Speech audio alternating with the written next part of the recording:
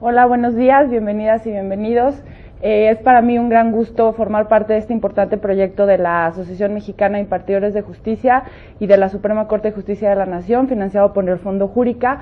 La verdad estoy muy agradecida de poder compartir con impartidores de justicia este espacio de discusión en donde, vamos a tener la oportunidad de hablar sobre las normas de interpretación del derecho internacional público. Mi nombre es Marcela Talamás Salazar, soy asesora jurídica del programa de derechos humanos, del programa de equidad de género de la Suprema Corte de Justicia de la Nación, y también doy clases en la carrera de Derechos Humanos y Gestión de Paz de la Universidad del Claustro de Sor Juana.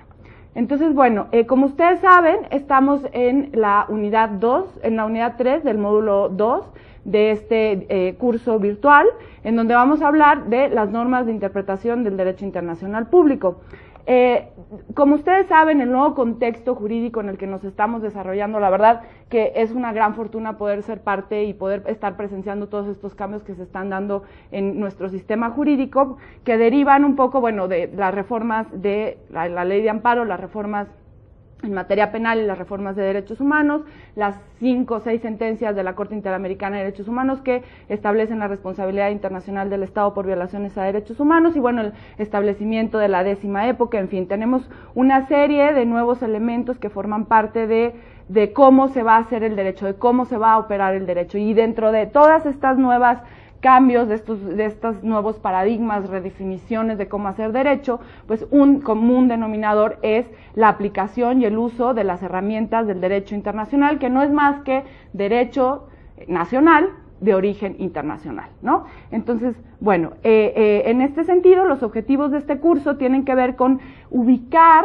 en un primer momento y de manera quizá muy general cuáles son las normas principales de interpretación de los tratados internacionales, de las normas de derecho internacional público, para que después esas normas, ese acervo interpretativo se pueda utilizar en el contexto del control de convencionalidad. La idea un poco de este curso es que en esta semana, al finalizar, seamos capaces de identificar dónde están esas normas, cómo se utilizan esas normas de interpretación, cómo entender un tratado internacional en su integralidad, desde que se discute qué papel juega el preámbulo, qué papel juegan los trabajos preparatorios, cuál es el papel de las reservas, de las declaraciones interpretativas, y esto es obviamente un poco también a la luz del quehacer jurisdiccional, ¿no? Qué hacer como jueces, como juezas, frente a una reserva de un tratado internacional, ¿no?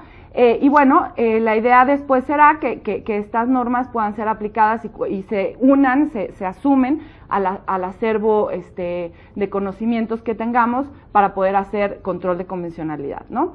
Entonces, ¿cómo vamos a trabajar en esta semana? Ustedes están como muy ya familiarizados con el sistema de la plataforma virtual. Nosotras vamos a tener una semana de trabajo. Empezamos ahora con esta cápsula un poco introductoria y después ustedes van a estar enviando preguntas sobre las lecturas, y vamos a trabajar sobre 2 cuestionarios y sobre otro cuestionario que va a ser más bien sobre planteamientos de casos prácticos. Entonces, aquí la modalidad de cómo han trabajado va a cambiar un poco, porque los 2 cuestionarios que se van a liberar el martes y el miércoles a las 9 de la mañana van a ser cuestionarios que van a ser retroalimentados inmediatamente. Ustedes van a contestar y al momento van a ver un poco la respuesta correcta o la respuesta esperada, por qué se espera que esa sea la respuesta esperada. Y al final, lo que sigue de los planteamientos prácticos, que es el último cuestionario, ese se va a revisar en la conferencia de cierre que va a ser el 17 de mayo, ¿no? Y obviamente tenemos muchos espacios dentro de la plataforma para estar retroalimentando y presentando dudas y en fin. Para mí es muy importante yo sé que esto ya está como muy establecido, pero estos cuestionarios no tienen como objetivo evaluar el conocimiento, ni mucho menos. Son una herramienta didáctica de aprendizaje y de incentivar el debate y el análisis que pueden ustedes desde su quehacer jurídico diario retroalimentar y enriquecer muchísimo. Entonces, esta va a ser más o menos la forma de trabajar. Nosotros vamos a hacer unas lecturas, la verdad, muy breves. La principal lectura de nuestro módulo es obviamente la Convención de Viena sobre el Derecho de los Tratados.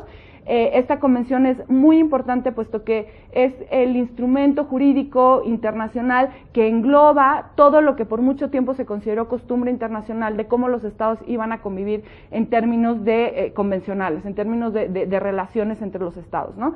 Entonces, esta convención es tan importante y digamos, y deriva de la costumbre internacional, es decir, ya era obligatoria, tan es así que, como ustedes verán en sus lecturas, esta convención fue aplicada aún antes de que entrara en vigor por organismos por tribunales internacionales y nacionales. Entonces, bueno, esa es como la lectura principal. Yo me permití entregarles una sistematización de la Convención de Viena porque es muy extensa y tiene muchísimas normas sobre la regulación de los tratados que para los efectos y los objetivos de este estudio pues no era necesario entrar en detalle, ¿no? También después tenemos 3 lecturas que están muy enfocadas a analizar la Convención de Viena sobre el derecho de los tratados. Y estas son la de Moyano y la de Sepúlveda, y después tenemos la de Max Sorensen. Estas 3 lecturas están muy enfocadas en la Convención de Viena sobre el derecho de los tratados, en cómo se deben de utilizar y aplicar y entender las normas de interpretación de derecho internacional público. Ahora, es muy importante, y sobre todo por los objetivos ya más generales del curso y no solo de esta semana, que leamos todas estas cuestiones y sobre todo la Convención de Viena con la conciencia, y esto me interesa mucho, yo creo que es lo más importante de esta cápsula, es entender muy bien que las normas generales de interpretación del derecho internacional público son susceptibles de de tener excepciones cuando estamos hablando de derechos humanos. Acuérdense ustedes que los tratados normalmente, los comunes, los clásicos, están concebidos para establecer relaciones y para establecer derechos y obligaciones entre estados. Pero cuando estamos hablando de derechos humanos, los tratados internacionales establecen derechos y obligaciones hacia los ciudadanos.